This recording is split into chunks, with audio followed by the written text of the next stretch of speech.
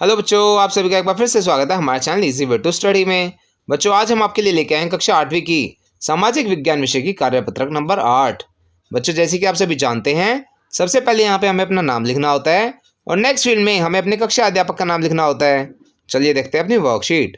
आज की हमारी वर्कशीट का टाइटल है बच्चों, संविधान बनाने की प्रक्रिया एवं संविधान के प्रमुख लक्षण। संविधान बनाने की प्रक्रिया। तो बच्चों, इसमें हमें बताया गया संविधान निर्माण के विचार स्वतंत्रता संघर्ष के दौरान ही राष्ट्रवादियों में आने लगे थे। वे स्वतंत्र भारत किस तरह का होना चाहिए। स्वतंत्र भारत में प्रत्येक नागरिक को समान अवसर होंगे और सभी को सरकार में हिस्सेदारी का बराबर अधिकार होगा। परंतु इतनी विविधताओं वाले हमारे देश के लिए यह काम किसी एक आदमी के बस में नहीं था। इस काम को पूरा करने में लगभग 300 लोगों ने योगदान दिया, जो कि 1946 में गठित की गई संविधान सभा के सदस्य थे। संविधान सभा की बैठकें लगभग अगले 3 साल तक होती रही, तब जाकर भारत का संविधान बना। बच्चों, संविधान सभा की प्रारूप समिति के अध्यक्ष डॉक्टर भीमराव अंबेडकर थे। संविधान सभा के इन सब सदस्यों के सामने एक बड़ी जिम्मेदारी थी। हमारे देश में कई समुदाय हैं, उनकी न तो भाषा एक थी, न एक धर्म था और न ही एक जैसी संस्कृति। वैसे भी जब संविधान लिखा जा रहा था, उस समय हमारे देश कबायली उथल पुथल से गुजर रहा था।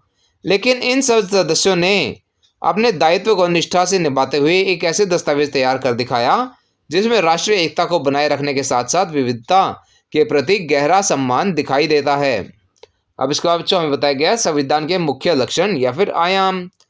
इसमें बताया संघवाद के बारे में। इसका मतलब देश में शासन चलाने के लिए विभिन्न स्तरों पर अलग अलग प्रकार की सरकारों का होना। हमारे देश में 3 स्तरों पर सरकार काम करती है।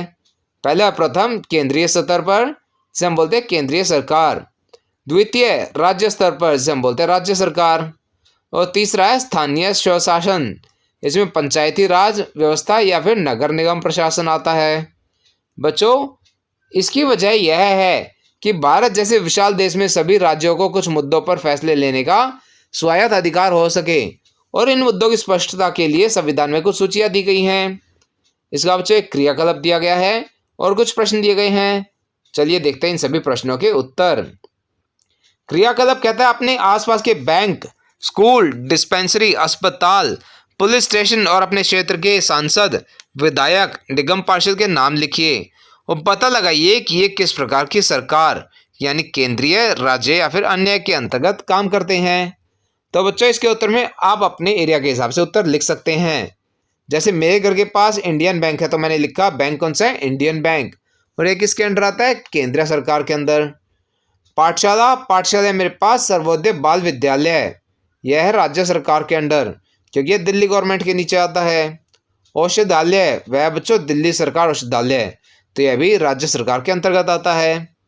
अस्पताल है बच्चों दिल्ली सरकार का अस्पताल, यह भी राज्य सरकार के अंतर्गत आता है। पुलिस स्टेशन, यह बच्चों द्वारका पुलिस स्टेशन, बच्चों दिल्ली में पुलिस केंद्र सरकार के अंतर्गत आती है, तो मैंने यहाँ पे लिखा है केंद्र सरकार। इसके बाद बच्चों सांसद है हमारे श्री विनय मिश्रा जी, जो केंद्र सरकार के नीचे आते हैं, और विधायक श्री गुलाब सिंह जी, जो हमारे राज्य सरकार के अंतर्गत आते हैं। इसके बाद बच्चों प्रश्न नंबर 1। प्रश्न 1 कहता है संविधान का निर्माण करते समय संविधान सभा के सामने कौन कौन सी चुनौतियां थी। तो बच्चों इसका उत्तर आप लिख सकते हैं। संविधान के निर्माण के समय विभिन्न चुनौतियां थी, जैसे भारत में विविध संस्कृतियां हैं, कई अलग अलग समुदाय हैं, अलग अलग भाषाएं बोली जाती हैं, अलग अलग धर्म हैं, अलग अलग संस्कृतियां हैं। इसके साथ ही भारत उथल पुथल के दौर से गुजर रहा था। यानी जब हमारा संविधान बनाया गया उस वक्त भारत उथल पुथल के दौर से गुजर रहा था। इसके बाद प्रश्न नंबर 2। प्रश्न नंबर 2 कहता है बच्चों संघवाद से आप क्या समझते हैं। तो इसका मतलब है देश पर शासन करने के लिए विभिन्न स्तरों पर विभिन्न प्रकार की सरकारें, वह होता है बच्चों संघवाद। अगला प्रश्न है हमारे देश में कितने स्तर की शासन व्यवस्था है, लिखिए। तो इसका उत्तर आप लिख सकते हैं।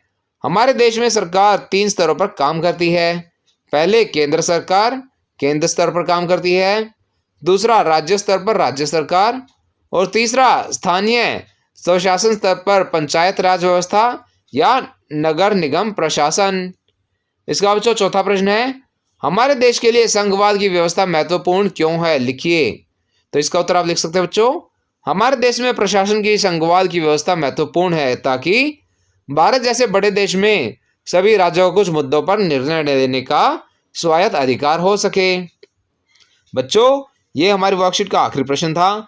इसी के साथ हमारी वर्कशीट यहाँ पर समाप्त होती है। आशा करते हैं आपको अच्छे से समझ में आई होगी।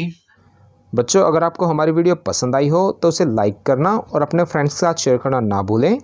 साथ ही अगर आपका कोई क्वेश्चन है तो उसे आप कमेंट सेक्शन में ज़रूर पूछें। हम आपके क्वेश्चन को जल्द से जल्द आंसर करने की कोशिश करेंगे। और बच्चों, अगर अभी तक आपने हमारा चैनल सब्सक्राइब नहीं किया है तो ऐसी ही नई नई वीडियोज़ को देखते रहने के लिए हमारे चैनल को सब्सक्राइब करें। साथ ही बेल आइकन बटन ज़रूर दबाएं, जिससे हमारी कोई भी नई वीडियो आते ही आपको तुरंत नोटिफिकेशन मिल जाए। Thank you.